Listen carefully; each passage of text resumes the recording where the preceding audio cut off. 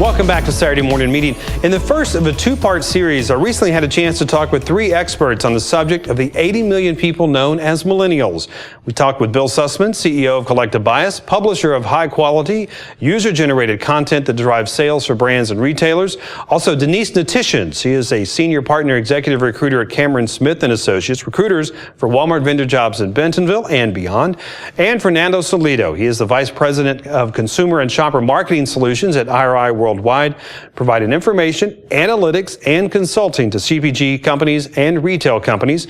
Now, at the start of the conversation, Denise explained that millennials are different from all other demographic groups. Well, some things that I think are important because we're going to be talking about millennials in the workplace. And so I think that I was speaking to Judith Trevano down at the University of Arkansas, and she mentioned how boomers have a certain expectation about work. And that's to work to get ahead. And Xers were the ones that drew the line in the sand as far as we want to have work-life balance, where the Ys now want to have fulfillment and they want to have passion about what they're doing. And so each of those generations has an expectation of behaviors that they bring to the workforce.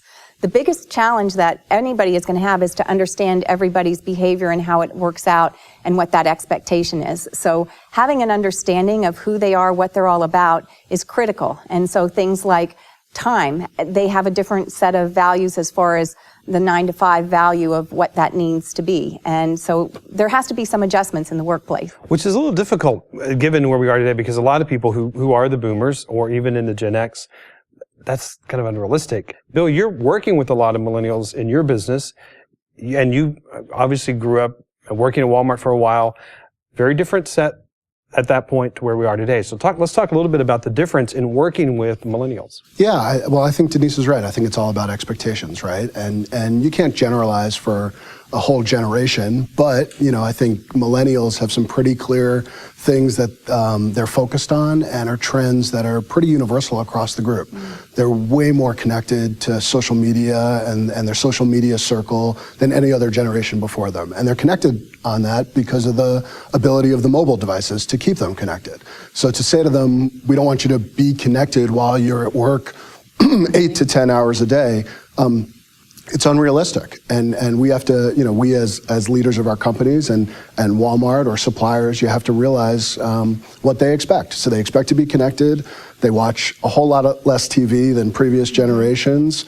People think print is dead. They don't read print. That's not true. They actually they don't read newspapers. They're probably reading more print if you look at but they read more online magazines, right? Okay. And they certainly read more print if you think about the internet as the online version of print, right?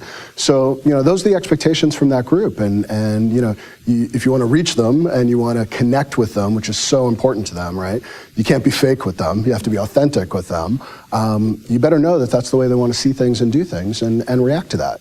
I remember when flex time was kind of a foreign thing, and just as companies were beginning to move to that, more and more people were demanding it. It seemed kind of foreign. I mean, I was at Walmart at the time, and it just seemed very odd that somebody would want flex time. Here are the hours, 7 to 5. Now it's almost an expectation. And I think there's certainly going to be a learning curve between making a difference and what the millennials want, and we'll eventually get there. Fernando, you interact a lot with with shoppers, which is really one thing we want to talk about. We're going to continue that conversation next week, but I want to get into a little bit. How do they shop differently? How do millennials, the younger generation, shop differently than even the Gen Xers? So one of the things about millennials, who are in fact the largest generation that America has today, they will be 75% of the workforce in 2025. They today make up 30% of purchased goods. The difference is that among millennials, 80% own smartphones. Over 50% typically will use a smartphone in part of the shopping process. They refer to about 10 sources on average to make decisions about a lot of different products shopped. For instance, if they were looking for travel or hotel or cars or even insurance, they will use social media. They will use retail websites to look for real-time deals. So they're so connected day in, day out. And again, just putting this in perspective, they use their mobile phones 14 times greater for shopping than baby boomers do. So that's how connected they are to their mobile devices as a smart device to blurry all the purchases. There is no retail channel to them. You can start your shopping process on your phone and finish it in a store, or start it in a store but finish it on your phone. The lines of retail are blurred, and you can shop anytime. Well, and the sources have changed, right? So when we were growing up, the sources were things like Consumer Reports magazine, or the retailer recommendation, or the in-store signage. And you play a big part of it. We're going to take a break real quick, but when we come back, I want to talk to you about that, because this is really kind of where you play with collective bias. Saturday morning meeting will continue right after this. People don't search for traditional advertising. They search for inspiration. They want people stories. Real, authentic, personable stories that are relatable and give context. We are a very different kind of media company that solves shopper marketing problems through social stories. Stories that people trust. Stories that move people to action. Actions that can have a direct impact on brands and retailers' bottom lines. Welcome to Collective Bias. We are a shopper social media company that solves shopper marketing problems through social media. Whether you're looking to launch a new product at Walmart, amplify in-store demos at Kroger, or drive millennials and Latinas to Walgreens, today's shopping decisions are motivated by social. We harness the power of our proprietary community filled with influential bloggers. Bloggers who come from a variety of lifestyles and interests, genders and ages, writing styles and social channels, who have mastered the art of storytelling and story selling, all with measurable influence, the kind of influence that gets people talking and engaging with your brand. And they're just waiting to raise their hands to work with you, to create content that drives engagement and increases your social share of voice at scale, real scale. Thousands of social stories, photos, and videos that line the path to purchase with context that really connects and impacts sales at any retailer you choose. So, does your brand have the power to influence? And welcome back to Saturday morning meeting. Continue our conversation about millennials. And Bill, before we went to break, I wanted to come back to you. Social media obviously is where you play. Fernando, as you said in the last segment, is really a key factor for millennials. How do you continue to market to them?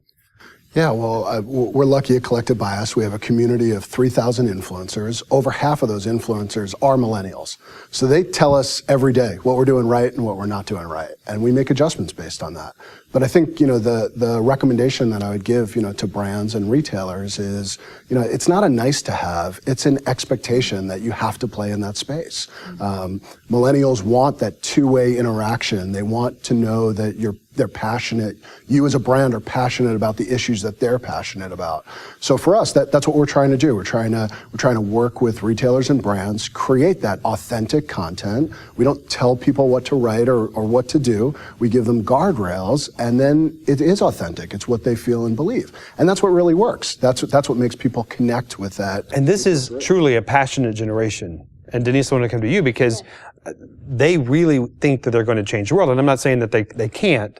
There have been a lot of big things that have happened while this group has been growing up. Exactly. And so while they've grown up in one of the worst economic times, as was stated, they also grew up where there's a lot of dreams come true. Steve Jobs, Mark Zuckerberg, first African-American president. So we have had places where they've never been able to go before achieve those dreams. And so it's really critical for companies to be able to educate and share their values so that the millennials can get buy-in to what they're working for and what they're believing in and have that passion with the company. So that's company culture is critical for the millennials. Absolutely critical. critical. And they can be very loyal. And absolutely. They will be, as Bill was saying, one of the most loyal groups that you will ever find because they are real time and they're so connected. So when they feel that authenticity from you, they are going to respond 100%.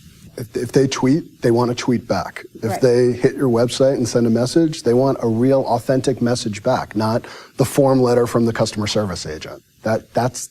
And I recently read a study where millennials in particular are very, very loyal to brands, but you must communicate back to them.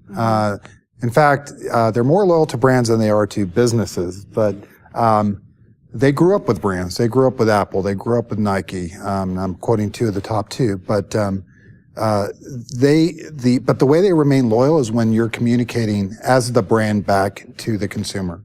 So they want to hear more from the brand, not so much the retailer, even though in many cases today the retailer is the brand. We just talked about Walmart, Target, Sam's Club. But how do I begin to build that loyalty? Because it does kind of go with life stages as well. Right, it does. What have Sure. you seen there? So interestingly with millennials and related to Walmart in particular, is millennials are a wide range, 18 to 37 years old. When they're younger, you do see them under-indexing today with Walmart, and that's partly due to the store format and probably due to .com today in its current state.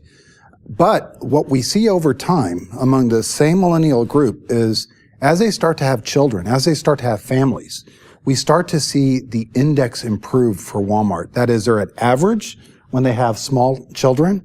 By the time they're teenagers, when millennials have teenagers, they are over-indexing at Walmart because they're very practical too. And what happens over time as your life stage changes, price starts to take a more prominent role in your decision making than it did before. So I take that as, first of all, good news for Walmart because the basket's going to get bigger as you have families. So something I know that Walmart has, as well as suppliers are wanting to do, is grow that basket. So but there's a long waiting period before that. There is, because just, thinking about the potential headroom there, among the 85 million millennials, 10 million have kids. You have a long way to go. Absolutely. Bill? And as Fernando said, I mean, they're avid deal finders, right? They're passionate about that. They've grown up with complete price transparency because they can check everything on their mobile phone. But, you have to deliver on the other side of the promise. And, they're impatient. They want what they want now. So it's about convenience too. And that's Which is a great position for Amazon. It is. That's where somebody like Amazon, when they introduce things like Sunday delivery, that's hard to top. So I'm excited to see Walmart take that threat seriously and commit to, 50% growth in e-commerce staff out in Sunnyvale. I think they want to win. I think they can win, and they're committed to go after it to win.